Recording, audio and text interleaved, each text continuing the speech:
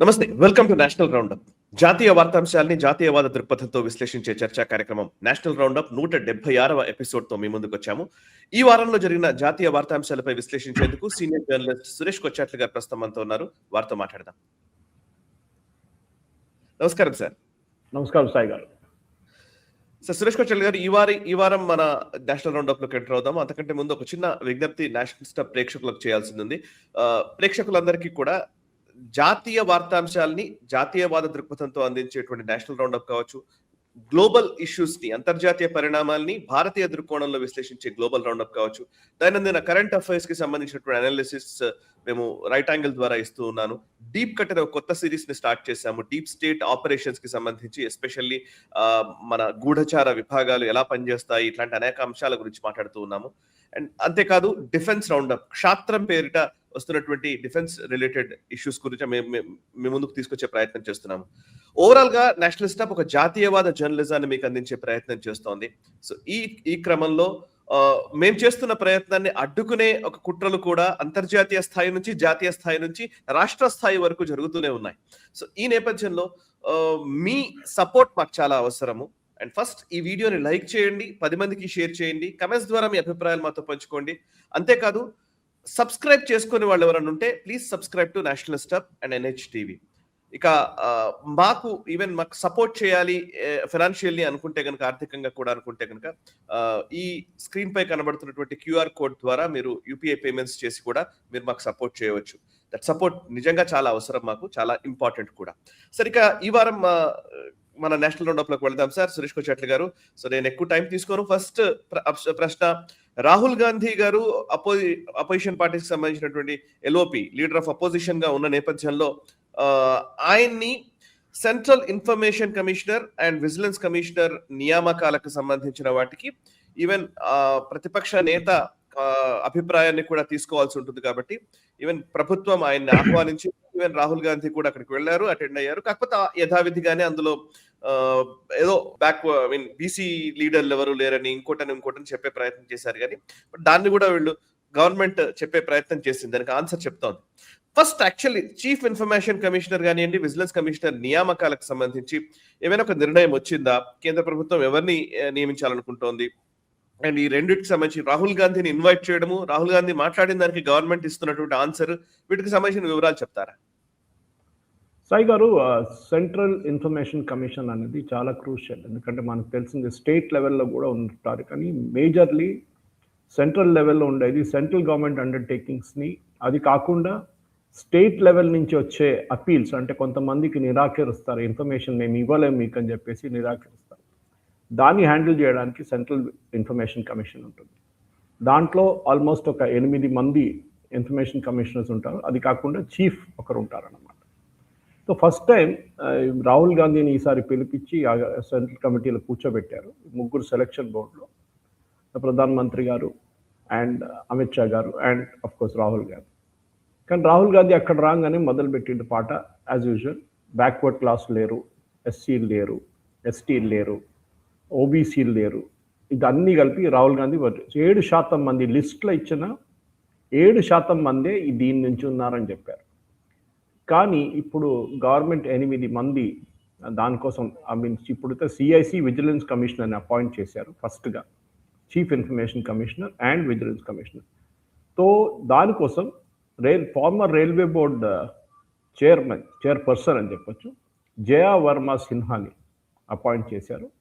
Legal expert and petroleum natural gas board member Sudha Rani Relangi, again second women, has been appointed as the vigilance commissioner. ఇదంతా ఇప్పుడు ఏం చెప్తుందంటే సాయి గారు, ఒక రాహుల్ గాంధీ బ్లఫ్ని కాల్ చేయడం అని చెప్తారు దీన్ని. ఎందుకంటే ఆయనకి గవర్నమెంట్ ఇది చేస్తున్నారు, గవర్నమెంట్ అది చేస్తున్నారండి. ఎందుకంటే మనకు అందరికి తెలిసిందే, సిఐసి పోస్ట్ ఆల్మోస్ట్ సెప్టెంబర్ 13వ తారీఖు నుంచి వేకెంట్గా పడింది. అప్పుడు Hiralal Samariya, he was the chief information commissioner, ఆయన రిటైర్ అయిన తర్వాత there was nobody to take office అన్నమాట. సో ఇప్పుడు జరిగిన దాంట్లో కొత్తగా ఇంకా కొత్త 2 information commissioners, Anandi Ramalingam and Vinod Kumar Tiwari. వీళ్ళు కూడా have to do with 2 more people అన్నమాట. ఇప్పుడు 8 ఇన్ఫర్మేషన్ కమిషనర్స్ పోస్ట్ వేకెంట్ ఉంటే నవంబర్ 2023 నుంచి, మనప్పుడు 25లో ఉన్నాం. సో డెఫినెట్లీ దీనికోసం కావాల్సింది ఇన్ఫర్మేషన్ కమిషనర్స్లో ఖుష్వంత్ సింగ్ సేఠి, ఫార్మర్ ఐఎఫ్ఎస్ అంటే Indian forest service officer, Swagat Das former IPS officer, home మినిస్ట్రీలో పనిచేశారంటే అమిత్ షా గారితో చాలా మటుకు క్లోజ్గా ఉన్నారు. ఇంటెలిజెన్స్ బ్యూరో ఆయన, సీనియర్ జర్నలిస్ట్ పిఆర్ రమేష్ గారు, సురేంద్ర సింగ్ మీనా, అశుతోష్ చతుర్వేది, సంజీవ్ కుమార్ జిందల్, వీళ్ళు కూడా ఇన్ఫర్మేషన్ కమిషనర్గా అపాయింట్ అయినారన్నమాట. Government send the recommendation to the president. President ఇప్పుడు దాన్ని సంతకం పెట్టిన తర్వాత these people will be formally appoint. ఇప్పుడు ఈ 3 మంది కమిషన్ మనందరూ తెలుసు సార్. అంటే process opposition party leader like leader of opposition and government నుంచి రిప్రజెంటేటివ్స్, ఇప్పుడు అమిత్ షా గారు లేదా మోదీ గారు, సో ఒక టీం ఉంటుంది, వీళ్ళందరూ కలిసి ఒక ప్రతిపాదన ఇస్తారు, దాన్ని రాష్ట్రపతి ఆమోదించడం, అప్పుడు అఫీషియల్లీ అపాయింట్మెంట్ అయినట్టు, అంతే కదా? కరెక్ట్. ఇది రాహుల్ గాంధీ చెప్పేది ఓన్లీ కాన్సెన్సస్ మాత్రమే, ఒపీనియన్ మాత్రమే, రైట్? అంటే కాదు, majority he can put in the note of dissent చేశారు. దేనికన్నా ముందు అధీర్ రంజన్ చౌదరి ఉన్నప్పుడు కూడా వీళ్ళు ఎప్పుడు అగ్రి చేయరు.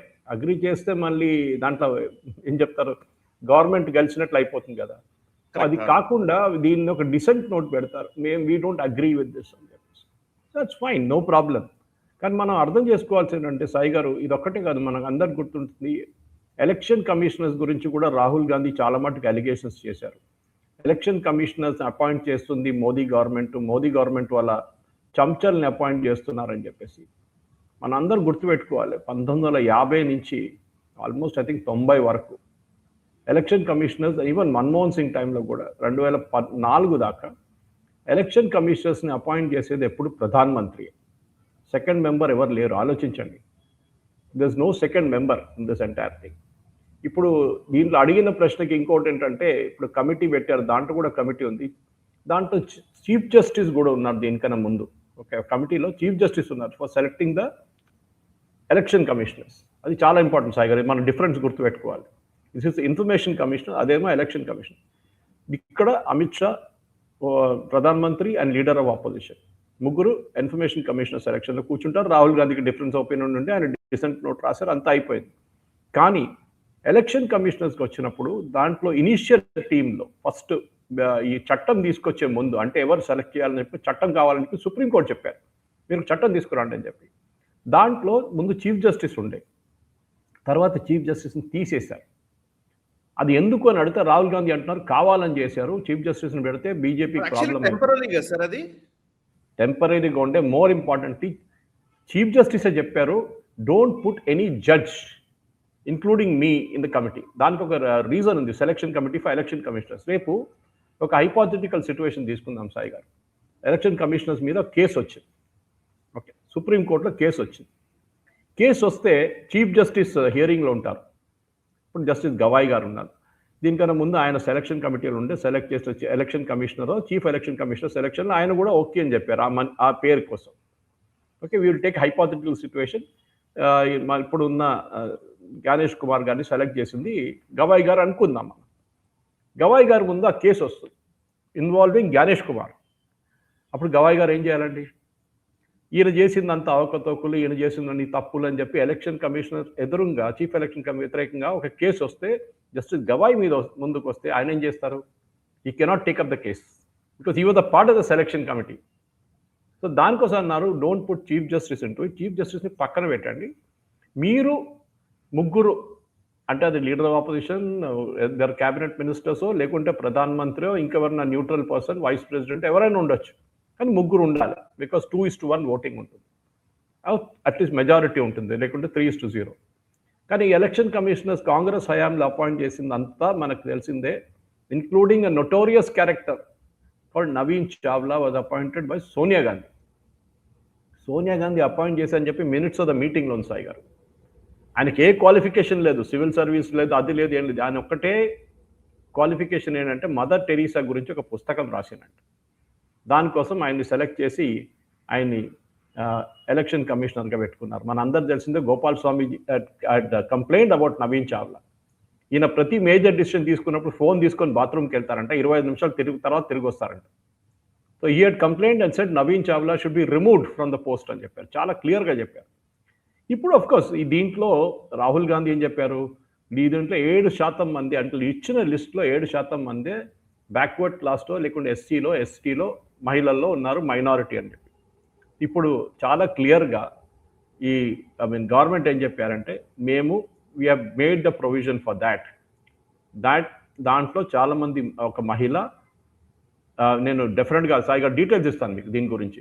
ద 3 member టీమ్ అప్పుడు వెనస్డే మీట్ అయినప్పుడు కూడా ఏం చెప్పారు రాహుల్ గాంధీ 7% మంది అని. కానీ సెంట్రల్ గవర్నమెంట్ ఏం చెప్తున్నారు, ఈ కమిటీ ఈ లిస్ట్లో సెలెక్షన్ చేయాల్సిన లిస్ట్లో దట్ గ్రూప్లో ఒక ఎస్సీ, ఒక ఎస్టీ, ఒక ఓబీసీ, ఒక మైనారిటీ రిప్రజెంటేటివ్ అండ్ 1 woman. ఆలోచించండి. సో ఇప్పుడు నామినేట్ చేసిన 8 రికమెండెడ్ నేమ్స్లో 5 దీని నుంచి ఉన్నారు. మళ్ళీ రాహుల్ గాంధీ అంటాడు నో ఓన్లీ 7%. 5 out of 7 ఆలోచించండి, that's almost close to 80%. 80% is from disadvantages communities.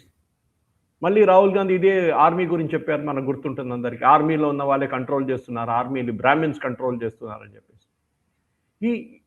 It's immaturity. దీన్ని ఈవెన్ మీడియా అడగట్లేదు సాయి గారు, అదే నాకు బాధ అనిపిస్తుంది. Even media is not asking questions.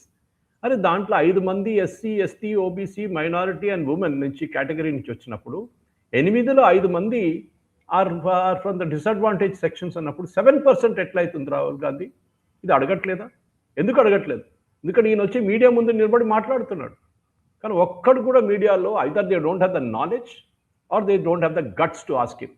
ఎందుకు రాహుల్ గాంధీ ఇట్లా మాట్లాడుతున్నారు, మీరు చెప్పింది తప్పు అని చెప్పట్టు the emperor has no clothes అంటారు ఇంగ్లీష్, అది చెప్పడానికి భయపడుతున్నారు ఈ మన సో కాల్డ్ జర్నలిస్ట్ అన్నమాట.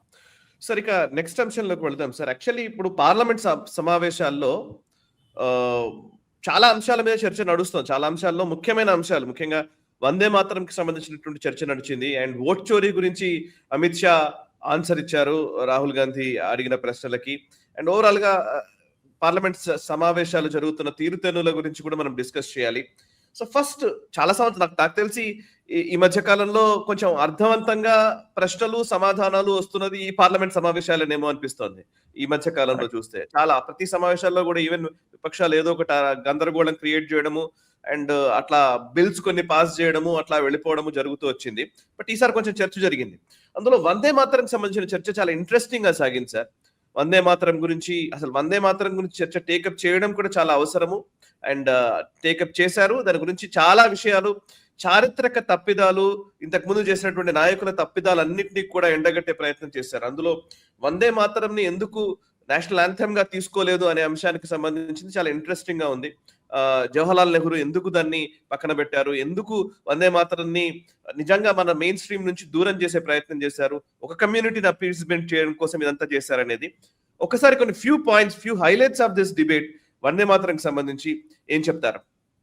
సాయి గారు, before I get into Vande Mataram, మన ఒక main point chief election commissioners గురించి ఒక 2 నిమిషాల్లో నేను చెప్పేస్తాను, ఎందుకంటే I missed one very important point. ఈ ఫ్యాక్ట్స్ చూడండి సాయి గారు. చీఫ్ ఇన్ఫర్మేషన్ కమిషనర్ అని ఒక పోస్ట్ ఎస్టాబ్లిష్ చేసిన 2005లో. Chief information commissioner post was created in 2005. 2005లో క్రియేట్ అయింది, అంటే మన్మోహన్ సింగ్ టైంలో. 2005 నుంచి 2014 దాకా మన్మోహన్ సింగ్ గారు ఉన్నారు కదా, యూపీఏ హయాం, యూపీఏ 1 అండ్ యూపీఏ 2 ఉండే కదా సాయి గారు. ఒక్క మనిషి కూడా ఎస్సీ ఎస్టీ కమ్యూనిటీ నుంచి అపాయింట్ చేయలేదు. Not even 1 person was appointed as the chief information commissioner. And Rahul Gandhi దీని గురించి కంప్లైంట్ చేస్తుంది. Best part was, in fact NDA government వచ్చిన తర్వాత సురేష్ చంద్రాని ఎస్టీ కమ్యూనిటీ నుంచి అపాయింట్ చేశారు కమిషన్. అప్పుడు ఆలోచించండి, ఇన్ఫ్యాక్ట్ 2020లో మోదీ గవర్నమెంట్ హయాంలోనే Hiralal Samariya, who just retired, ఆయనని is from the SC community chief information కమిషనర్గా అపాయింట్ చేశారు ఆయన. ఇది కౌంటర్ చేయడానికి నాకు అక్కడే బాధ అనిపిస్తుంది. ఇది మోదీ గారు చెప్పాల్సి వస్తుంది, అమిత్ షా గారు చెప్పాల్సి వస్తుంది. This should have been done by the lower level spokes persons of BJP. Rahul Gandhi ఎన్ని అబద్ధాలు చెప్తాడని చెప్పేసి ఎక్స్పోజ్ చేయడానికి ఒక ఐడియల్ ఆపర్చునిటీ ఉండే. Anyway Sai garu, that is the part of the earlier question అనమాట. కానీ వందే మాతరం కాంట్రవర్సీ గురించి అక్కడికి వద్దాం సార్. ప్రాబ్లం ఏం జరిగింది మన అందరికి తెలిసిందే. వందే మాతరంలో 5 స్టాండ్జాలు ఉంది. మనం దీని గురించి మాట్లాడాం దీని ముందు కూడా. దాంట్లో 2 స్టాండ్జాలు తీసుకోవాలని చెప్పి గవర్నమెంట్ ఆఫ్ ఇండియా నిర్ణయం తీసుకుంది. అది 1937 నుంచి స్టార్ట్ అవుతుంది. బంకిం చంద్ర చటర్జీ గారు రాసినది ఆల్మోస్ట్ 150 సంవత్సరాల ముందు హూగ్లీ రివర్ పక్కన కూర్చొని ఆయన ఇంట్లో రాసిన ఆనంద్ మఠ్ అనే పుస్తకంలో ఉన్న ఒక పోయం ఇది, వందే మాతరం. అది ర్యాలీయింగ్ క్రైగా ఉండే సాయి గారు. చాలామంది అడిగారు ర్యాలీయింగ్ క్రైగా ఉండి ఏం చెప్తారు వీళ్ళు బీజేపీ వాళ్ళు దాన్ని సపోర్ట్ చేయట్లేదు అంటే బీజేపీ ఆ టైంలో లేదు కదా సాయి గారు. And that is the best part. కానీ ఓకే. కానీ ఇప్పుడు కొత్తగా మనం ఎర్లియర్ డిస్కస్ చేసింది కాకుండా సాయి గారు కొంచెం ఇన్ఫర్మేషన్ వచ్చింది సాయి గారు. నేను I want to speak about. ఒకటి నెహ్రూ గారు దీన్ని నేషనల్ యాంథమ్‌గా సెలెక్ట్ చేయాలని చెప్పి ఒక డిబేట్ ఉండే సాయి గారు. కానీ ఆ నేషనల్ యాంథమ్ సెలెక్ట్ చేయడంలో నెహ్రూ కొన్ని లెటర్లు రాశారు. Specifically doctor BC Roy who was then the chief minister of West Bengal. ఆయనకి రాసిన కథలో దాంట్లో కొన్ని డిజిటైజ్ వర్షన్స్ ఇప్పుడు బయటకు వచ్చినాయి. అది మన దగ్గర యాజ్ యూజువల్ తెలుగు మీడియాలో అసలు దాని న్యూస్ లేదు, ఏం లేదు. కానీ I have manage to look in to it and దాని గురించి నేను కొన్ని డీటెయిల్స్ మీకు చెప్తాను సాయి గారు. ఎందుకంటే ఇది ఎంత చెప్పడానికి చాలా ఈజీ. వీళ్ళు ఏం చేయలేదు, వీళ్ళు అది చేయలేదు, ఇది చేయలేదు అని చెప్పి. కానీ జరిగిన దానికి మనం డెఫినెట్లీ మనం రిప్లై ఇవ్వాల్సింది. బిఫోర్ దాట్ దానికి వెళ్ళే ముందు కాంగ్రెస్ వాళ్ళు చాలా మంది డిబేట్లో ఈవెన్ మన ఈయన జయరాం రమేష్ రాజ్యసభలో అడిగారు. And even this Aam Aadmi Party Sanjay Singh అడిగారు, మాకు ఒక్కరు చూపియండి మీ ఆర్ఎస్ఎస్ వైపు నుంచి వందే మాత్రం పాడి జైలుకి వెళ్ళిన ఒక్క మనిషిని చూపియండి అన్నారు. సాయి గారు I give you the details. 1921 RSS Sarsanghchalak doctor KB హెగ్డేవార్ సెడేషియస్ స్పీచ్ ఇచ్చారని చెప్పి బ్రిటిష్ వాళ్ళు వందే మాత్రం సెడేషన్ అని చెప్పేసి జైల్లో వేసిన మనిషి డాక్టర్ హెగ్డేవార్. సరిపోయిందని ఒకటి కాదు, రెండో చెప్తాను. వీర్ సవర్కర్, వీళ్ళకి ఎవరికి నచ్చరు కదా వీర్ సవర్కర్, ఎస్పెషలీ రాహుల్ గాంధీ గ్యాంగ్ అసలు నచ్చదు. Veer Savarkar had 2 life times serve చేశారు సాయి గారు. మనకు గుర్తు, no Indian revolutionary has serve 2 life times consecutive. ఆయన దాంట్లో కూడా వందే మాత్రం అని చెప్పి మీరు ఈవెన్ మన ఈయన డాక్టర్ విక్రమ్ సంపత్ రాసిన పుస్తకంలో కూడా అది ఉంది సాయి గారు. వీర్ సవర్కర్ యూస్ వందే మాత్రం. దానికోసం ఆయన ట్రయల్లో కూడా చెప్పారు, హీ యూస్ ద సెడిషియస్ వర్డ్ వందే మాత్రం. రెండో మనిషి, అఫ్కోర్స్ వీళ్ళు వీర్ సవర్కర్ ఆర్ఎస్ఎస్ మంచి కాదని చెప్తారు. We can take in a different way. Narayan Rao Tatyaji Limaye arrested in 1930.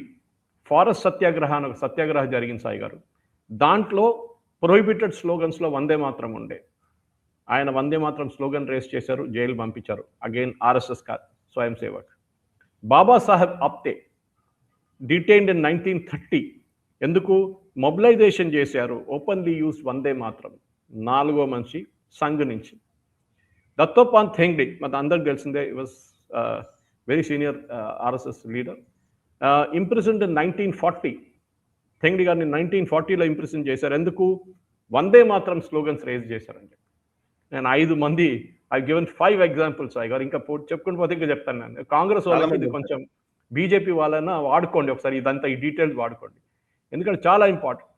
How and wear నా ఫేస్బుక్లో కూడా వేసాను నేను డీటెయిల్స్. కానీ we'll come back to the Vande Mataram debate Sai గారు. ప్రాబ్లం ఎక్కడ వచ్చింది? ఎందుకు వందే మాత్రంని నెహ్రూ ఇంత వ్యతిరేకించారు? నెహ్రూ ఏమంటున్నారంటే, నేను కాదు, సర్దార్ పటేల్, మన నేతాజీ సుభాష్ చంద్రబోస్, సరోజినీ నాయుడు, ఇంకా 2-3 ఉన్నారు. వాళ్ళందరినీ కలిసి 1937 ఏఐసిసి సమావేశంలో మేము ఒక డిసిషన్ తీసుకున్నాం. ఏం డిసిషన్ అది? వందే మాత్రంలో అన్ని 5 స్టాంజాలు పాడక్కర్లేదు, 2 పాడితే చాలు. అది ఎందుకు వచ్చింది అబ్జెక్షన్ అని చాలా మటుకు డిబేట్ జరిగింది. బహుశా మీరు కూడా చేసి ఉంటారు ఇండివిజువల్గా ఒక debate. Ali brothers, Indian union Muslim లీగ్లో ఉన్న అలీ బ్రదర్స్ ఆబ్జెక్ట్ చేశారు. దీంట్లోనూ 3 స్టాంజాల్లో మా దుర్గా, మా సరస్వతి, మా లక్ష్మి గురించి, దేవతల గురించి మెన్షన్ ఉంది. మేము ఇస్లాంలో ఫాలో చేస్తున్న వాళ్ళకి ఇంకా కాఫీర్ల వాళ్ళ దేవుడిని మేము పట్టించుకోము, వాళ్ళు ఉండకూడదు, వాళ్ళ గురించి మేము పాడము. తీసేశారు 3 స్టాంజాలు. ఇప్పుడు కూడా సాయి గారు మీరు కూడా చాలా మటుకు ఆర్ఎస్ఎస్ వాళ్ళ సంఘ్ వాళ్ళ ఫంక్షన్కి వెళ్తే, లేకుంటే ఏదైనా హిందుత్వ గ్రూప్ ఫంక్షన్కి వెళ్తే మొత్తం 5 స్టాంజాలు పాడతారు. చాలా మందికి తెలియదు. 2 స్టాంజా తర్వాత ఆగిపోతారు చాలా మంది. కానీ దే కంటిన్యూ సింగింగ్. అది చాలా ఇంపార్టెంట్ సాయి గారు. ఇది ఎందుకు నెహ్రూ ప్రాబ్లం ఎక్కడొచ్చిందంటే, నెహ్రూ ఏమంటున్నారు, ఇది వందే మాత్రం అనగానే అది ఒక చాలా ప్రొనౌన్స్ చేయడానికి డిఫికల్ట్ ఉంది. జనగణమన కూడా బెంగాలీ నుంచి వచ్చింది కదా Sai garu. It didn't come out of thin air. Rabindranath Tagore garu రాసినప్పుడు it was in Bengali, it still in Bengali original చూస్తే. కానీ దాన్ని చాలా మటుకు సాంస్క్రిటైజ్ చేశారు. మన అందరు తెలిసిందే సాయి గారు, ఈవెన్ జనగణమనాన్ని ఆబ్జెక్ట్ చేసిన మనుషుల్లో ఓవైసీ లాంటి వాళ్ళు ఉన్నారు ఇక్కడ. ఎందుకంటే దాంట్లో కూడా హిందూ రెఫరెన్స్ ఉందంటున్నారు. మన వాళ్ళు చాలా మంది అడుగుతారు, జనగణమనలో ఏ హిందూ దేవత పేరు లేదే, వాళ్ళు ఎందుకు ఆబ్జెక్ట్ చేస్తున్నారు? ఉంది. Indirectly there is a reference to a Hindu God in that, and very very senior Hindu God.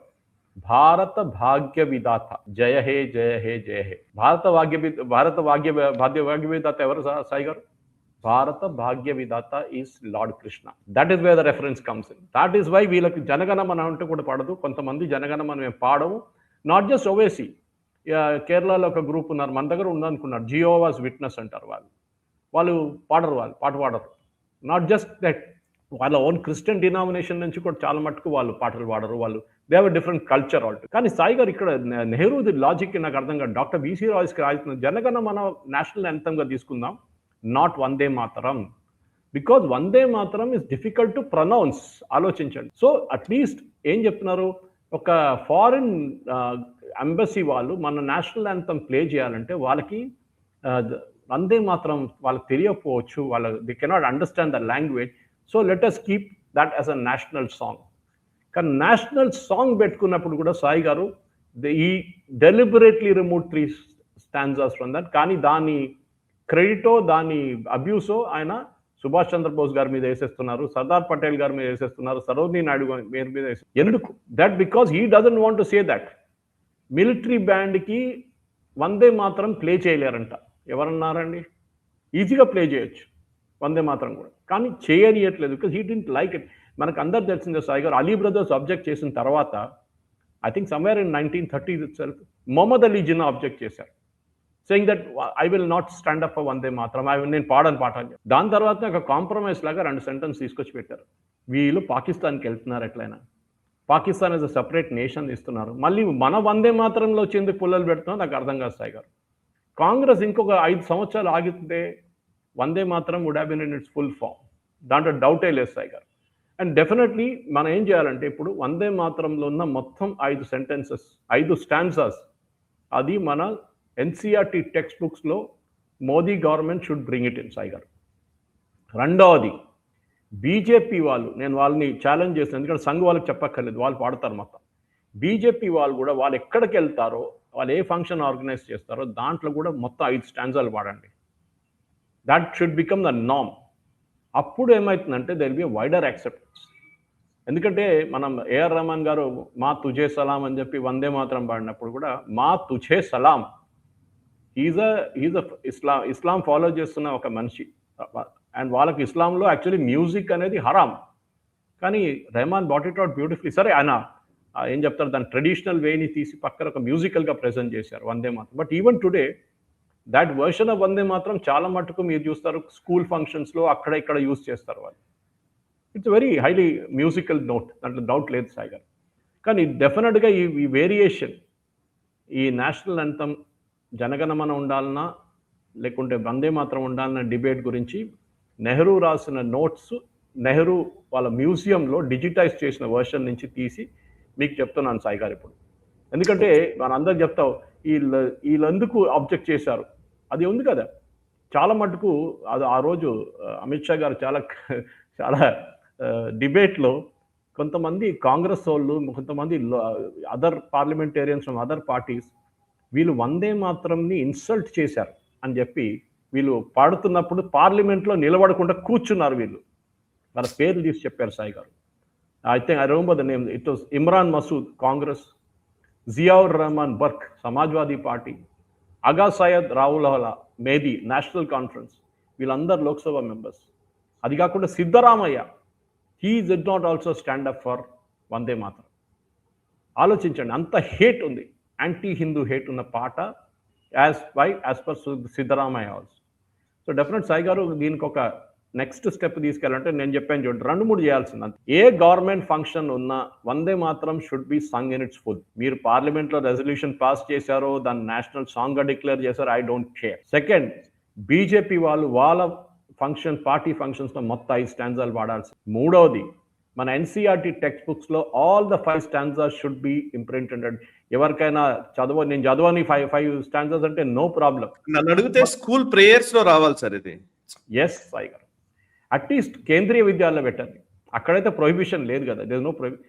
First of all parliament లో చట్టం నేర్చుకున్నది ఉంది, కానీ స్కూల్ ప్రేయర్స్ లో మీరు అన్నట్టుగా 2 స్టాన్జర్స్ ఉన్నాయి, మిగతా స్టాన్జర్స్ కూడా యాడ్ చేసి ప్రేయర్స్ లో అలవాటు చేస్తే ఒక జనరేషన్స్ మారిపోతాయి.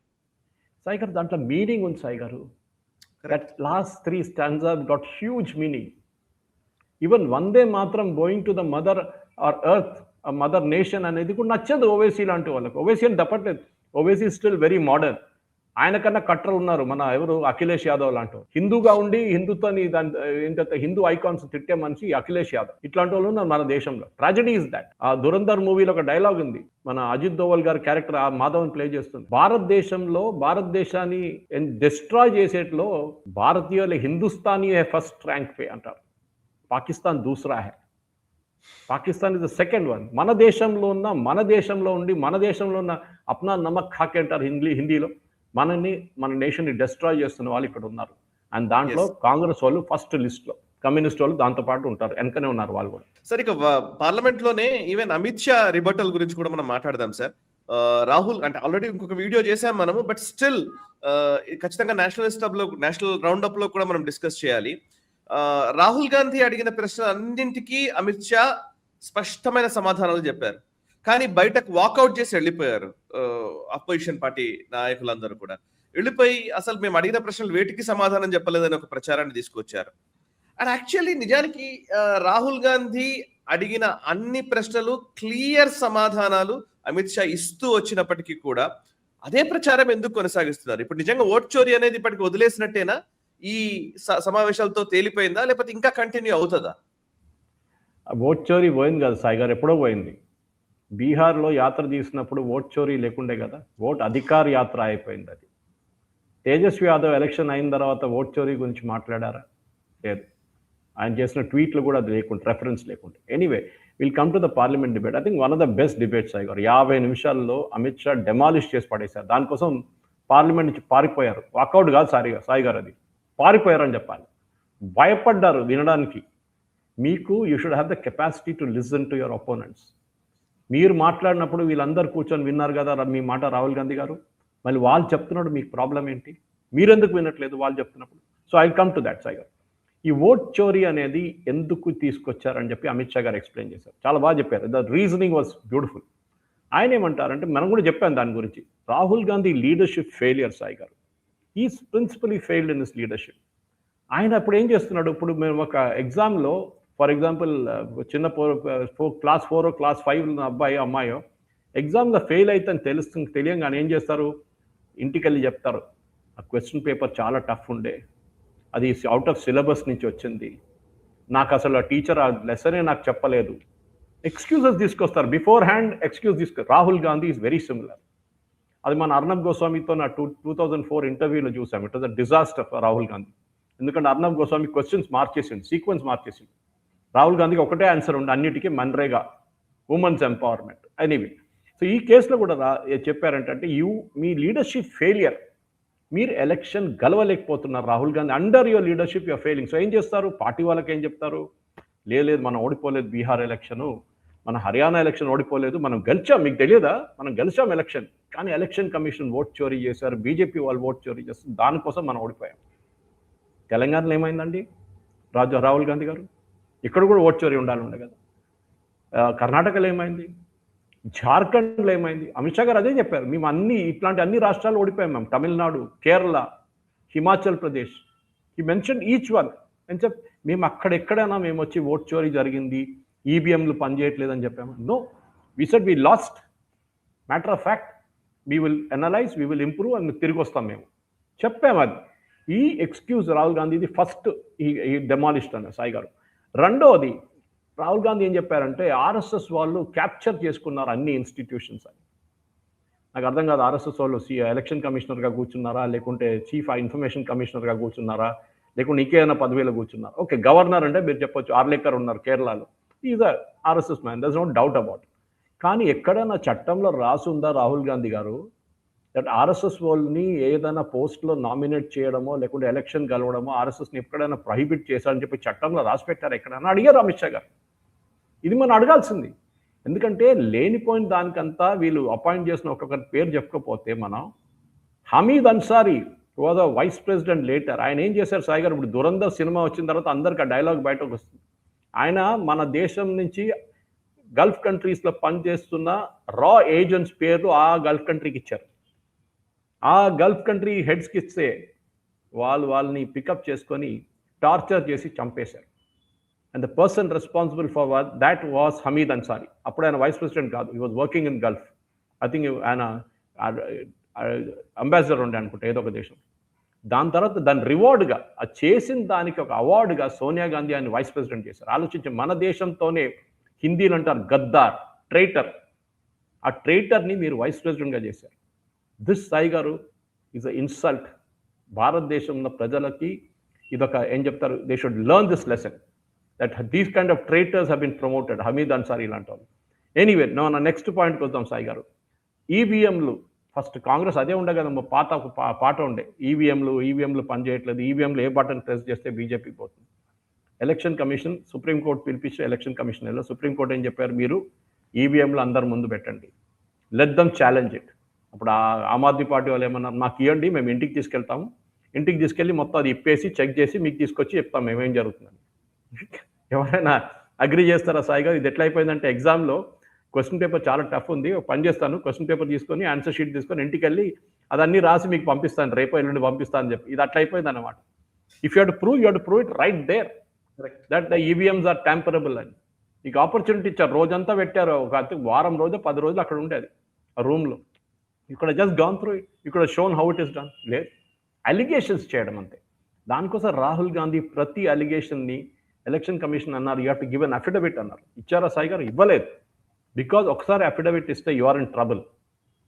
హర్యానా ఎలక్షన్ తర్వాత, ఇప్పుడు పోయిన బీహార్ ఎలక్షన్ తర్వాత కూడా 45 రోజుల లోపల మీరు ఒక పెటిషన్ పెట్టాలండి ఎలక్షన్ కమిషన్కి. ఏం పెటిషను?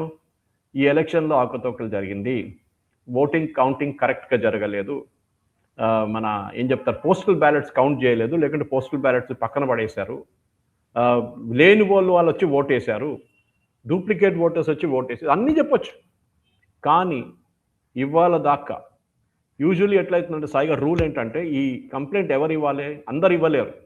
క్యాండిడేట్ నెంబర్ 2 and 3 ఓడిపోయిన దాంట్లో, గెలిచినోడు ఇప్పుడు కేసు వేయడు కదా. 2 and 3 క్యాండిడేట్ అంటే యూజువల్లీ కాంగ్రెస్ ఆర్ ఆర్జేడీ, కొన్ని కేసెస్లో సిపిఐ ఎంఎల్ కూడా ఉండే, వాళ్ళు పెటిషన్ వేయాలి ఉండే. లేకుంటే వాళ్ళు వేయకుండా ఒక్కరు కూడా ఈవెన్ మన ఈయన ఉన్నారు కదా, the other guy who was there with Modiji earlier బీహార్లో, హీ ఆల్సో డింట్. వాళ్ళ పార్టీ కూడా పెట్టలేదు ఎక్కడ, జన్ సురక్ష పార్టీ, వాళ్ళు కూడా పెట్టలేదు. ఎందుకు?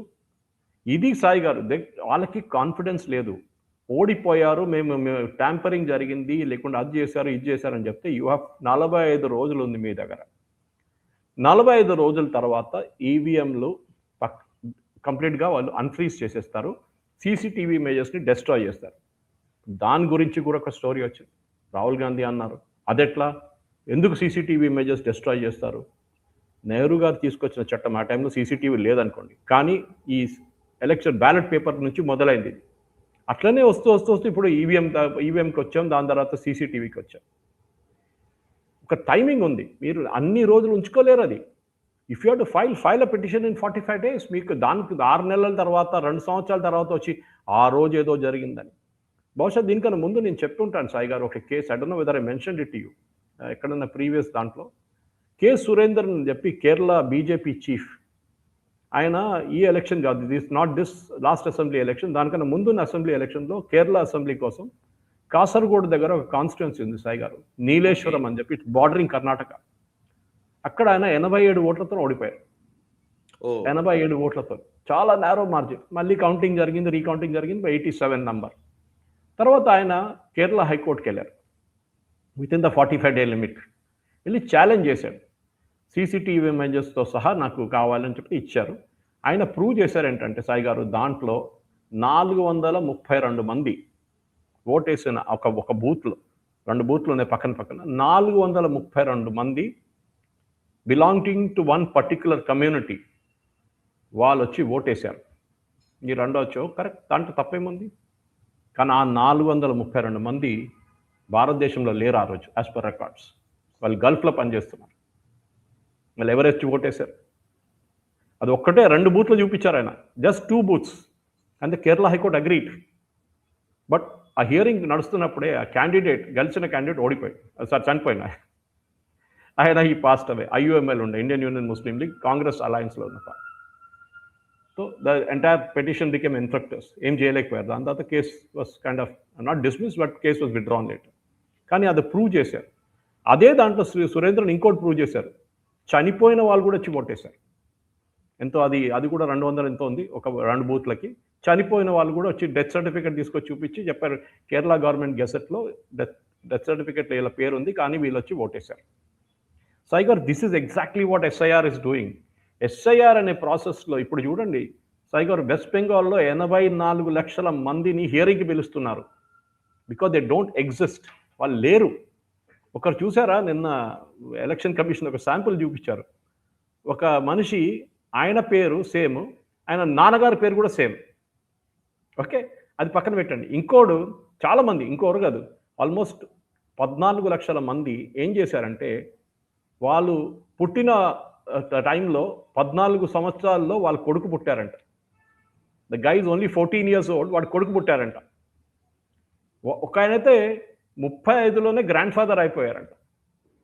ఇదంతా ఎలక్ట్రల్ రోల్ వెస్ట్ బెంగాల్లో ఉంది ఇది. ఎందుకంటే ప్రాజెనీ మ్యాపింగ్ అంటారు దీన్ని. 2002 ఎలక్ట్రల్ రోల్ తీసుకొని మీ కొడుకు ఎవరు, మీ కూతురు ఎవరు అని తీస్తారు వాళ్ళు డీటెయిల్స్, ఎలక్షన్ కమిషన్ వాళ్ళు, BLO లెవెల్లో. చాలా ఉన్నాయి సార్, చెప్పుకుంటూ పోతే ఒక 2 గంటల సేపు దీనికే కావాలి. Very very interesting data. అదే టైంలో ఉత్తరప్రదేశ్లో 2 కోట్ల మందిని తీసేస్తున్నారు ఎలక్ట్రల్ రోల్ నుంచి. Yogi Adityanath did not object. Mamata Banerjee లాగా కిచెన్లో ఉన్న కత్తిలు తీసుకెళ్ళి BLO దగ్గర వెళ్ళి కూర్చోండి అని చెప్పలేదు. ఎక్కడ కంప్లైంట్ చేయలేదు. మహారాష్ట్రలో జరుగుతుంది, లార్జ్ స్కేల్ డెలీషన్స్ జరుగుతుంది. డెఫినెట్లీ మీరు 2002 నుంచి 2025కి వచ్చినప్పుడు 23 సంవత్సరాల్లో చాలా మార్పులు వచ్చి ఉంటాయి. ఇన్ఫ్యాక్ట్ నేను ఐ థింక్ లాస్ట్ నేషనల్ రౌండప్లో మనం ఇది మాట్లాడుకొని I want repeat it again because there is an update. 2622 బూతుల్లో వెస్ట్ బెంగాల్లో 2002 నుంచి 2020 దాకా ఒక్కరు కూడా చనిపోలేదు. So Rahul Gandhi making these allegations in the parliament that SIR is compromised. ఈ అమిత్ షా గారు స్టెప్ బై స్టెప్ చెప్పారు. రాసాయి గారు, last point I want bring up in this discussion, చాలా ఉన్నాయి కానీ అమిత్ షా గారు చెప్పిన దాంట్లో ఒకటి, ఆయన ఒక నీలం సంజీవ రెడ్డి అండ్ మన VV గిరి ఎలక్షన్ గురించి మాట్లాడారు. అప్పుడు ఇందిరాగాంధీ చెప్పారు, ఎందుకంటే ఒఫీషియల్ క్యాండిడేట్ మన అందరికి తెలిసిందే వాజ్ నీలం సంజీవ రెడ్డి కాంగ్రెస్ది, కానీ ఇందిరాగాంధీ క్యాండిడేట్ VV గిరి. అందరు తెలిసిపోయింది ఇందిరాగాంధీ పొజిషన్ చాలా డేంజరస్ ఉండే, అండ్ సంజీవ్ రెడ్డి గారికి మెజారిటీ ఉండే ఆ టైంలో. ఇందిరాగాంధీ గారు ఏం చెప్పారు, మీరు అంతరాత్మని మీ అంతరాత్మ డిసైడ్ చేసి మీరు ఓట్ వేయండి, ఆత్మ ప్రబోధానుసారం అంటారు. And we know what happened after that. సాయిగారు, ఈ ఐడియాలజీ ఇల్లీగల్ ఇమిగ్రెంట్స్ తీసుకురావడం, ఓట్ చోరీ జరగడం చాలా క్లియర్గా చెప్పారు. ఫస్ట్ ఓట్ చోరీ నెహ్రూ దేశ్ చేశాడు ప్రధానమంత్రి అయినప్పుడు. 18 ఓట్లు వచ్చిన సర్దార్ పటేల్కి లేకుండా మనం we have repeatedly said that part again. I don't want to repeat it again. కానీ ఈ మెయిన్ పార్ట్ మనం ఏం చూస్తున్నాం అంటే, ఎక్కడైనా కానీ రాహుల్ గాంధీ గారు ఈ హర్యానా తీసుకుందాం సాయి గారు, ఆయన ఒక ప్రెస్ కాన్ఫరెన్స్లో I think 5 November 2025 press conference ఏం చెప్పారు, హర్యానాలో ఒక్క ఇంటి అడ్రస్లో 500 మంది ఉన్నారని చెప్పారు. 501 to be number, to be exact. Election commission దాన్ని ఆల్రెడీ రిప్లై ఇచ్చారు, అమిత్ షా గారు రిపీట్ చేశారు. ఈ 265 అనేది ఒక చిన్న ఇల్లు కాదు, ఒక ఫ్యామిలీది ancestral holding, great grandfather time నుంచి 1 acre ల్యాండ్ ఉందంట వాళ్ళ దగ్గర. ఆ ల్యాండ్ని over a period of time, first 4 brothers ఉండొచ్చు, 2 సిస్టర్స్ ఉండొచ్చు, దాని తర్వాత వాళ్ళ పిల్లలు, వీళ్ళందరూ డివైడ్ చేసుకుని పోయి అక్కడ 1 acreలో వాళ్ళు ఇల్లు కట్టుకున్నారు. దానికోసం 500 మంది అయ్యారు వాళ్ళు. కానీ అందరికి ఒకటే మున్సిపల్ అడ్రస్ ఉంది, 265. ఇదే డిడ్ చేంజ్ ద అడ్రస్ ఒకటే ఉంది. దాని ఇంటర్నల్గా వాళ్ళు మార్చుకుని ఉంటారు, వాళ్ళ నంబర్లు పెట్టుకొని ఉంటారు, కానీ municipal number was 265. Amit Shah గారు అది కూడా ప్రూవ్ చేశారు. ప్రతి దానికి పాయింట్ బై పాయింట్ రిబట్టలు ఇచ్చారు. అది నేను చెప్తున్నా అదే కదా, మళ్ళీ again I have to go. ఆయన ఏం చెప్పారు, ఓటర్ లిస్ట్లో ఈ డూప్లికేట్ ఓటర్స్ ఉందన్నారు. దానికి SIR తీసుకొస్తున్నాం కదా సాయి గారు. అక్కడ మార్పు ఒకటి చాలా మేజర్ మార్పు ఎవరు తీసుకొచ్చారు, అది 2010లో ఎవరు, కాంగ్రెస్ హయాంలో రిటర్నింగ్ ఆఫీసర్, ఆ కాన్స్టిట్యూన్సీగా రిటర్నింగ్ ఆఫీసర్ ఉంటారు, యూజువల్లీ డిస్ట్రిక్ట్ కలెక్టర్ ఉంటారు సాయి గారు. వాళ్ళకి ఒక అథారిటీ ఉండే, డూప్లికేట్ ఓటర్స్ని వాళ్ళే తీసేయచ్చు డైరెక్ట్గా. 2010లో ఒక మార్పు తీసుకొచ్చారు, దే కెనాట్ డూ ఇట్. ఒక హియరింగ్ ఉండాలి, ఎవరు తీసేస్తున్నారో వాళ్ళని ఒకసారి పిలిపించి మాట్లాడి అప్పుడే తీయాలని చెప్పారు. ఎవరు హయాంలో జరిగింది సాయి గారు? కాంగ్రెస్ హయాంలో జరిగింది. దాన్ని ఇప్పుడు కరెక్ట్ చేస్తున్నారు. అప్పుడు అది కూడా అబ్జెక్షన్. అమిత్ షా గారు ఇచ్చిన రిప్లై ఐ థింక్ పొలిటికల్ స్పీచెస్లో I think one of the best speeches. లాస్ట్లో రాహుల్ గాంధీకి చెప్పారు, రాహుల్ గాంధీ నా ప్రెస్ కాన్ఫరెన్స్ చెప్పింది మన పార్లమెంట్లో డిబేట్. ఎందుకండి మీ ప్రెస్ కాన్ఫరెన్స్ పెడితే అది కూడా ఇక్కడ డిబేట్ చేయాలన్నా? రేపు మీరు నేను చెప్పాను కదా, దానికి అది ఎక్కువ ఏదో ఛానల్లో చెప్పాను నేను, ఇది బాత్రూంలో పాట పాడిన తర్వాత దానికి రసూల్ పూకుటికి పంపించి ఆ పాట బాగుందని అడిగినట్లు అట్లా అయిపోతుంది ఇది.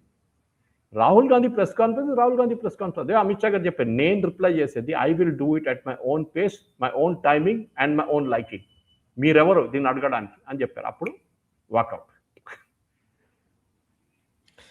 Yes perfect. సార్ ఇక నెక్స్ట్ అంశంలోకి వెళ్తాం సార్. ఇది ఒకసారి యాక్చువల్లీ తెలంగాణ ఎంపీలకి ప్రధాని నరేంద్ర మోదీ గారు కొంత ఘాటుగానే ఆయన మాట్లాడారు వారితోటి అనేది ఒక వార్తా కథనం వచ్చింది. సో బేసికల్లీ ఇది మనం చాలా రోజులు మాట్లాడుతున్నదే. బట్ తెలంగాణ ఎంపీలకి అనుకున్న మేర మీరు అసలు పర్ఫామ్ చేయట్లేదు, అనుకున్న మేర మీరు అసలు చేయట్లేదు, మేము చాలా డిసప్పాయింటింగ్ గా ఉన్నాను అనే మెసేజ్ ని ప్రధాని నరేంద్ర మోదీ తెలంగాణ ఎంపీలకు ఇచ్చారు అనేది ఒక వార్తాంశం. అసలు ఏం జరిగింది సార్? మొన్న మధ్య కూడా ఈవెన్ బిఎల్ సంతోష్ గారు national general secretary BL Santosh గారు ఇక్కడికి వచ్చినప్పుడు కూడా ఒక మీటింగ్ లో కూడా ఆయన కూడా కొంత అసహనం వ్యక్తం చేశారు పార్టీలో ఉన్నటువంటి పరిస్థితులను చూసి అని చెప్పేసి అప్పట్లో కూడా వచ్చింది. ఇప్పుడు ప్రధాని నరేంద్ర మోదీ కూడా సేమ్ వాయిస్ ని వినిపిస్తూ ఉన్నారు. నిజానికి బీజేపీ ఎంపీలకు ఏం చెప్పారు మోదీ అండ్ మీకున్న సమాచారం ఏంటి? యాక్చువల్లీ ఇది ఓపెన్గా ఉండే సాయి గారు, అంత సీక్రెట్గా లేకుండే. Nobody he's denied what happened. ఎందుకంటే ఆ రూమ్లో ఎంపీలు కాకుండా చాలా మంది ఇంకో ఉన్నారు అక్కడ రూమ్లో. సో వాళ్ళని అడ్రస్ చేస్తూ ఏం చెప్పారంటే, compared to Tamil Nadu and Kerala where party weak, వాళ్ళకు ఒక్క ఎంపీ ఉన్నారు కేరళ నుంచి, తమిళనాడు నుంచి అది కూడా లేదు. మీరు ఆలోచించండి, ఒక ఎమ్మెల్యే కూడా కేరళలో లేరు.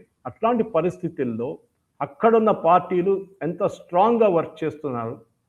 ఏ పబ్లిక్ రిప్రజెంటేషన్ లేనప్పుడు కూడా, అలయన్స్లో పోటీ చేస్తున్నప్పుడు కూడా వాళ్ళు కష్టపడి పనిచేస్తున్నారు Tamil Nadu and Kerala. Why not Telangana అని చెప్పారు. ఈవెన్ ఒడిశాలో మేము ఎలక్షన్ గెలిచాం కదా మనం. ఎప్పుడు ఒడిశా లాస్ట్ ఒక 3-4 ఎలక్షన్ నుంచి టర్మ్స్ నుంచి ఎప్పుడు గెలవలేదు బీజేపీ. దానికన్నా ముందు కాంగ్రెస్ వాళ్ళు ఉండే, జేబీ పట్నాయక్ గారు ఉండే దానికన్నా. So it was never there in Odisha, కానీ గెలిచారు కదా.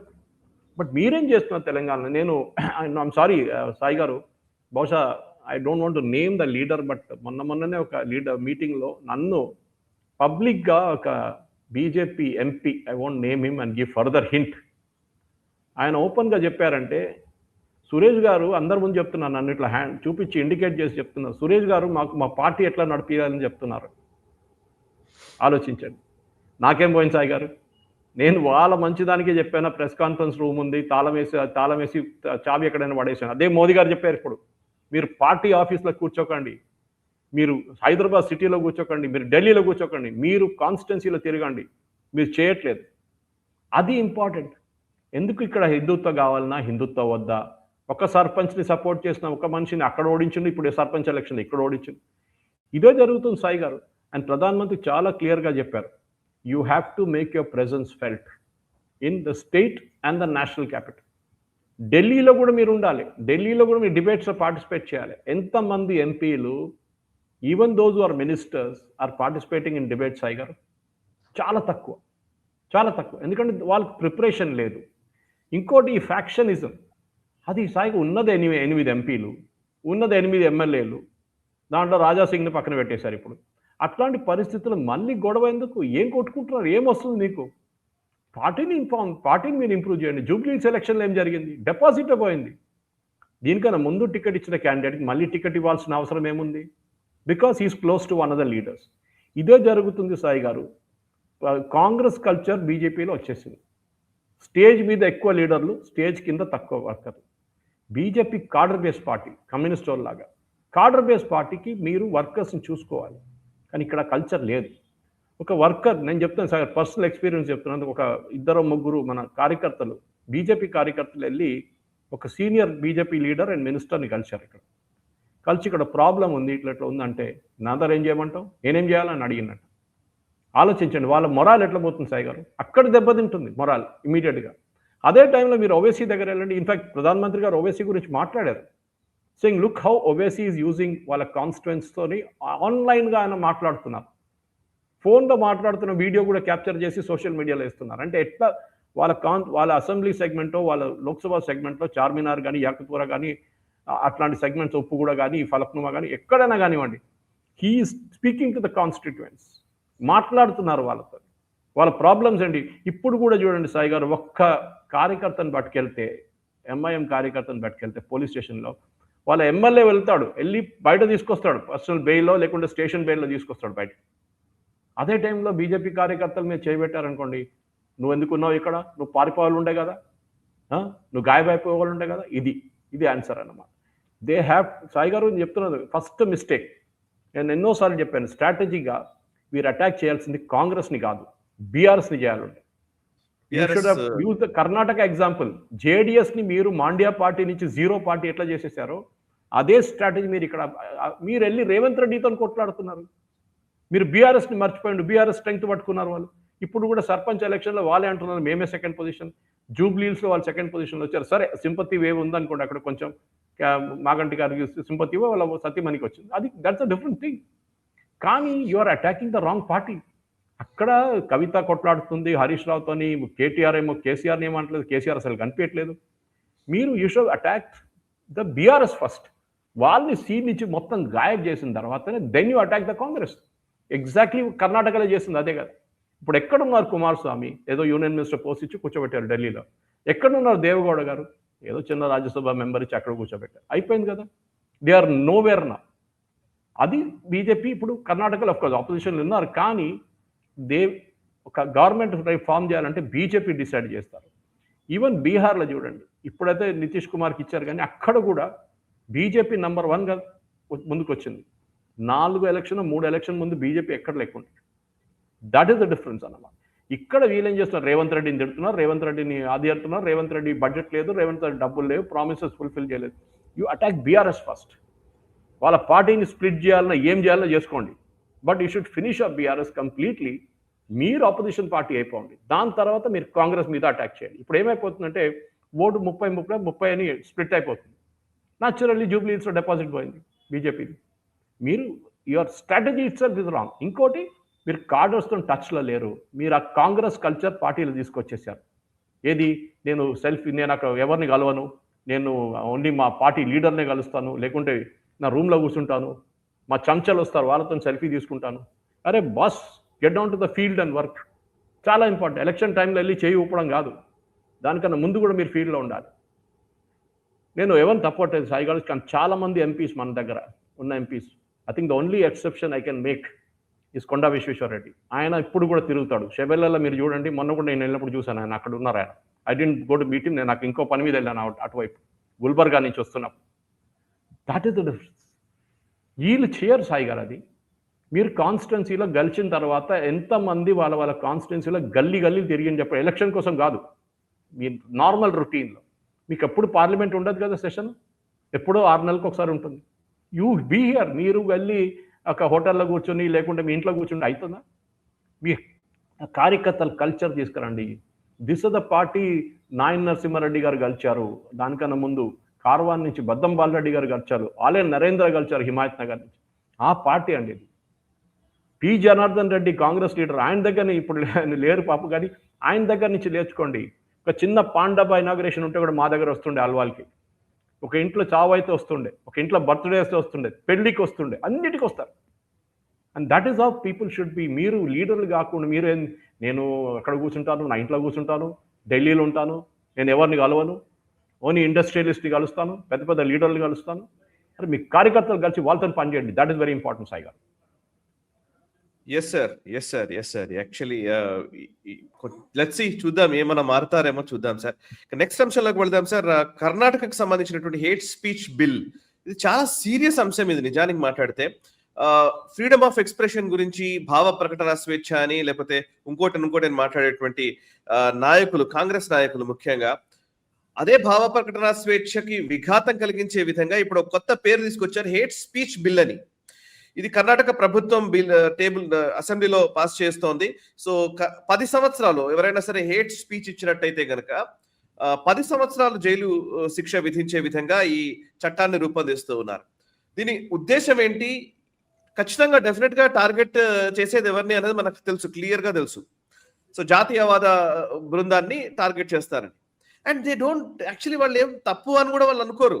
మనం అబ్జర్వ్ చేస్తే ఈవెన్ బీజేపీ సెంట్రల్ లీడర్షిప్ ఒకటికి 100 సార్లు ఏదన్నా పని చేయాలంటే ఆలోచిస్తుందేమో కానీ ఇప్పుడు ఉమర్ ఖలీద్ ఇంకోరినో అరెస్ట్ చేసినప్పుడే చాలా 100 లెక్కలు చేసి ఆలోచిస్తారు కానీ Congress and that eco system అసలు ఎప్పుడు స్పేర్ చేయదు. నేను చాలా సార్లు ఇది మాట అంటున్నాను, please correct me if I'm wrong. Even మహారాష్ట్రలో ఒకసారి గవర్నమెంట్ రాగానే పాల్ఘర్ సాధువుల మీద విపరీతమైన దాడి చేసి చంపేశారు. దాని గురించి ఎవరు మాట్లాడలేదు. కంగనా రనౌత్ ఇల్లు కూల్చేశారు. ఓకే, అర్నబ్ గోస్వామిని అరెస్ట్ చేసి లోపల పెట్టేశారు. ఓకే, అదే కర్ణాటక గవర్నమెంట్ అర్నబ్ గోస్వామికి నోటీసులు ఇవ్వడానికి వెళ్ళిపోయింది. కొంచెం తేడా కొట్టినా వెంటనే అరెస్ట్ చేయగలరు వాళ్ళు. But BJP system, central government ఎన్ని కేసులు ఉన్నా సరే వాళ్ళ మీద ఏదైనా నిర్ణయం తీసుకోవాలన్నా ఏదైనా చేయాలన్నా కానీ ఇది సింపతికి దారి తీస్తుందేమో, ఇంకోటి అవుతుందేమో అని 100 లెక్కలు వేస్తారు. కానీ Congress will never. Correct Sai గారు. ఇప్పుడు ఈ చట్టంలో అన్నిటికంటే డేంజరస్, అఫ్కోర్స్ ఇది చట్టం కాదు సాయి గారు, భయపడకండి. ఎందుకంటే గవర్నర్ సైన్ చేయరు. Governor will send it to the president, అది అక్కడే పడి ఉంటుంది. లేకుంటే కోర్టుకి వెళ్తే కోర్టే కొట్టు పడేస్తారు. ఎందుకంటే దీనికన్నా ముందు కూడా తీసుకొచ్చినప్పుడు కోర్టు కొట్టు పడేశారు. ఇట్లాంటి కేసెస్ చాలా స్టేట్స్లో తీసుకొచ్చినప్పుడు.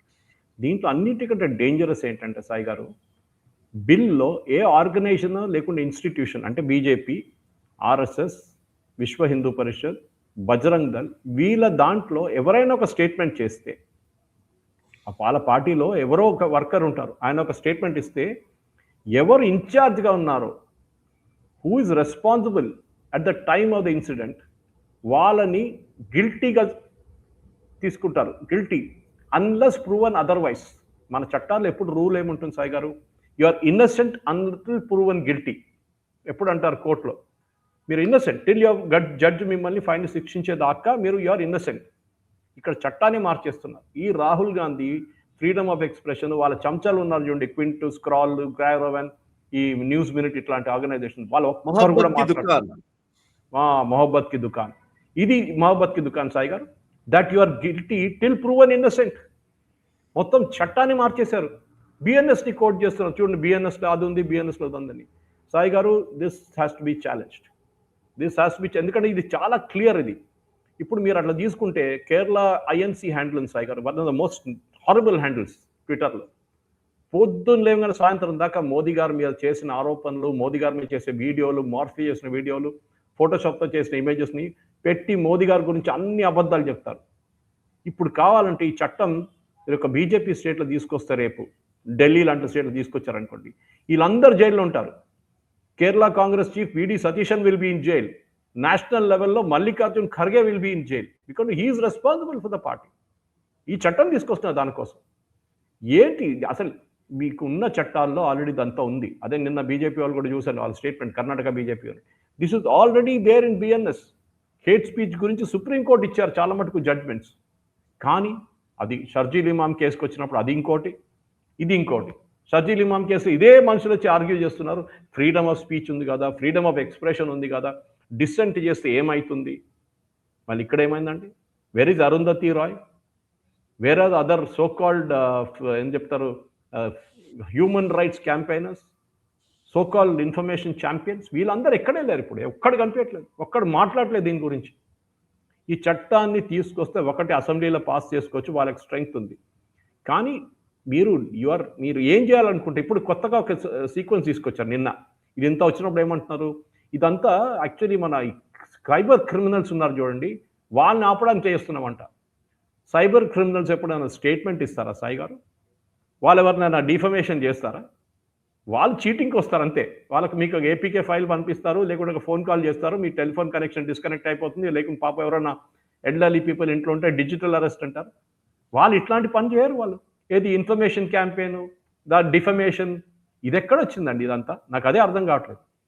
ఇది సాయి గారు is very very important. And definitely ఈ పర్టికులర్ బిల్లుని ఓడించాల్సిందే. దీన్ని ఎక్కడ, ఎందుకంటే even and strangely Sai garu చాలా ఇంట్రెస్టింగ్, దీంట్లో heritage or religious material is exempted. Okay, అంటే మీరు రేపు ఒక హిందూ దేవుణ్ణి తిట్టొచ్చు, అది ఒఫెన్స్ కాదు. ఆలోచించండి. Bonafide heritage and religious material is also outside the law scope. Exemption ఇంకెవరికి ఇచ్చారు? Science, literature, art, learning and heritage. ఇదంతా ఎవరు మీకు తెలిసిందే, ఈ మన లిబరాండ్ గ్యాంగ్ వీళ్ళు చేస్తున్న పని. వీళ్ళకి అదే కదా, పుస్తకాలు రాయడం, దాంట్లో కాంట్రవర్సీలు క్రియేట్, అదంతా ఈ చట్టం నుంచి బయటకు ఉందంట. చట్టంలో మళ్ళీ ఎవరుంటారు? ఎవరైనా స్పీచ్ ఇస్తే వాళ్ళని వేసుకుంటారు, ఎవరైనా ఏదైనా పొలిటికల్ రైటింగ్ రాస్తే వాళ్ళని గిల్టీగా తీసుకుంటారు. మోర్ ఇంపార్టెంట్, ఆర్గనైజేషన్ హెడ్ ఎవరు ఉన్నారో వాళ్ళని వేసుకుంటారు.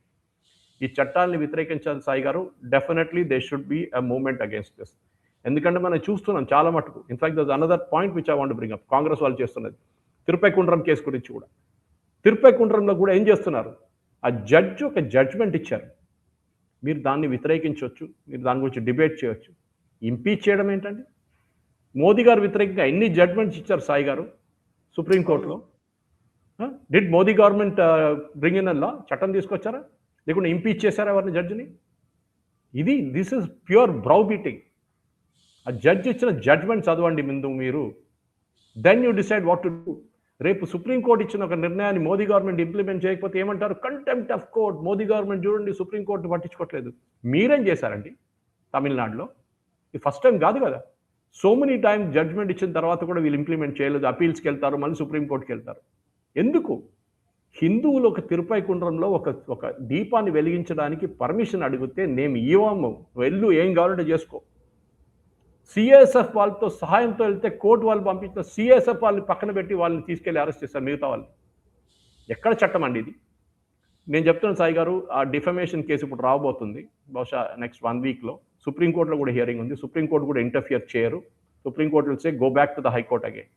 కానీ ఒక పాయింట్ చాలా క్లియర్ సాయి గారు, హిందువులకు వచ్చినప్పుడు ఒక చట్టం, మిగతా రిలీజియన్స్కి వచ్చినప్పుడు ఇంకొక చట్టం. ఇది చాలా క్లియర్. మీరు కర్ణాటకలో చూడండి ఏం జరుగుతుంది, కేరళలో చూడండి ఏం జరుగుతుంది, శబరిమల కేసు చూడండి సాయి గారు ఏం జరిగింది. శబరిమల కేసు రాగానే we will implement it immediately అని చెప్పి పినరాయి విజయన్ దిగారు. ఇప్పుడు తమిళనాడులో చేసినట్టు ఎందుకు చేయలేదండి? అప్పుడు వీ విల్ వెయిట్, ఒక అపీల్ ఫైల్ చేయనియండి, మేము కొంచెం సీనియర్స్తో కన్సల్ట్ చేస్తాం, religious leaders, they immediate implement. Sai గారు ఈ తిరుపతి కుండ్రం కేసులో కూడా ఐఎమ్ వెరీ హ్యాపీ దట్ కొంతమంది 50 మంది జడ్జిలు, retired judges and legal figures వచ్చి ఈ జడ్జిని డిఫెండ్ చేస్తున్నారు. ఆయన మీరు చేసిన ఆరోపణ ఏంటి సాయి గారు? Is a Brahmin. ఈ డిఎంకే వాళ్ళకి పడదు కదా, వాళ్ళకి హిందువులు అంటే పడదు, బ్రాహ్మిన్స్ అంటే అస్సలు పడదు వాళ్ళకి. ఇట్లాంటి ఆరోపణ చేసే వాళ్ళు సాయి గారు తిరుపతి కుండ్రం కేసులో కూడా వీ షుడ్ ఎన్ష్యూర్. ఎందుకంటే జస్టిస్ స్వామినాథన్ మీద ఈ జరిగిన దానికి డెఫినెట్గా సుప్రీంకోర్టులో ఉన్న చీఫ్ జస్టిస్ కానీ ఎవరైనా కానీ they should actually haul up the Tamil Nadu government for contempt of court. And ఈ పార్లమెంట్లో ఈ ఇంపీచ్మెంట్ తీసుకొచ్చిన వాళ్ళ వ్యతిరేకంగా కూడా పార్లమెంట్లో అది రిజెక్ట్ అయిన తర్వాత, ఎందుకంటే ఇది they are trying to threaten the judge. రేపు ఏ జడ్జ్ అయినా, that's a larger message Sai garu. మీరు హిందువుల కోసం ఏదైనా ప్రో జడ్జ్మెంట్ ఇస్తే మిమ్మల్ని మేము వేసుకుంటాం, మిమ్మల్ని మేము ఇంపీచ్ చేస్తాం. ఇది వాళ్ళది. మీకు గుర్తుంటుంది సాయి గారు, చీఫ్ జస్టిస్ గారు వైవి చంద్రచూడ్ బిఫోర్ ఈ రిటైర్డ్, మోదీ గారిని ఒక రోజు గణేష్ పూజకు పిలిపించారు ఇంటికి. ఎంత పెద్ద గొడవ సాయి గారు. అదే టైంలో మీరు ఇఫ్తార్ పార్టీకి వెళ్తారు కదా, ప్రాబ్లం లేదా కాంగ్రెస్ లీడర్స్కి? ఇఫ్తార్ పార్టీకి వెళ్తారు మీరు, అక్కడ జడ్జిని పిలుస్తారు, అందరిని పిలుస్తారు. మీరు నమాజ్కి వెళ్తున్నప్పుడు అక్కడ కూడా మీరు ఈద్ కోసం అక్కడ కూడా మీరు చేస్తారు, బిర్యానీ తినిపిస్తారు, అప్పుడు ప్రాబ్లం లేదు. కానీ ఒక గణేష్ పూజ కోసం ఒకరిని ఇంటికి పిలిపిస్తే అక్కడ ప్రాబ్లం. సాయి గారు ఇదే జస్టిస్ చంద్రచూడ్ వాళ్ళ ఇంటికి మోదీ గారిని పిలిపించినప్పుడు కానీ, మిగతా ఎవరైనా ఒక ప్రధానమంత్రి, హోమ్ మినిస్టర్ని ఇంటికి పిలిపించు కానీ, గణేష్ పూజకి ఎక్కడ పిలిపించినా కానీ అప్పుడు రిలీజియస్ కానటేషన్ వచ్చేస్తుంది. ఈ యొక్క జడ్జు వాళ్ళ కమ్యూనిటీని ఫేవర్ చేస్తున్నారు మద్రాస్ హైకోర్టులో, మదురై బెంచ్లో అని చెప్పి ఆయన మీద ఆరోపణ చేయడం, డెఫినెట్గా this is the most dangerous side. దీన్ని అడ్డుకోవాలి సాయి గారు. ఎందుకంటే ఇది బీజేపీ వాళ్ళు వాడుకోవాలి. అస్సాంలో, బెంగాల్లో హిందువుల వ్యతిరేకంగా కాంగ్రెస్ వాళ్ళు ఏం చేస్తారు, ఇలా కాంగ్రెస్ వాళ్ళు పట్టుకోవాలి. డిఎంకే ఇస్ ఎక్స్పెక్టెడ్, వాళ్ళు అదే చేస్తారు. వాళ్ళు ఇంకేం చేయరు. వాళ్ళకి హిందువులు అంటే నచ్చరు, బ్రాహ్మిన్స్ అంటే చెప్పక్కర్లేదు. లేటర్ ఆన్ 2027 ఎలక్షన్స్ యూపీలో కూడా ఇది వాడుకోవాలి. ఏం చేస్తున్నారు కాంగ్రెస్ ఈకో సిస్టమ్, ఎట్లా కాంగ్రెస్ వాళ్ళు హిందువుల వ్యతిరేకంగా పనిచేస్తున్నారని చెప్పి స్పెసిఫిక్గా BJP should bring up this campaign. And Tamil Nadu example మీరు తీసుకొని తిరుపతి కుండ్రంలో జరిగిన అది, ఈ జడ్జ్ మీద చేస్తున్న ఇంపీచ్మెంట్ మోషన్ గురించి కూడా they should bring it up and use it in the election cycle. Yes sir, నిజంగా మీరు చెప్పింది కరెక్ట్ సార్. యాక్చువల్లీ ఈ వన్ సైడెడ్ విధానాల నుంచి ఫస్ట్ మనం ఎంత ఎక్కువ ఎండగడితే అంత ఫాస్ట్ గా దీనికి సంబంధించినటువంటి చైతన్యం ప్రజల్లో వస్తుంది sir. Really thank you very much sir. Thanks a lot sir. Thanks a lot Suresh Kochetla గారు. చాలా విషయాలు మీరు ఓపికగా వివరించారు. అండ్ చూసారు కదా, ఇది ఈ వారం నేషనల్ రౌండ్ అప్ 176వ ఎపిసోడ్ ఇది.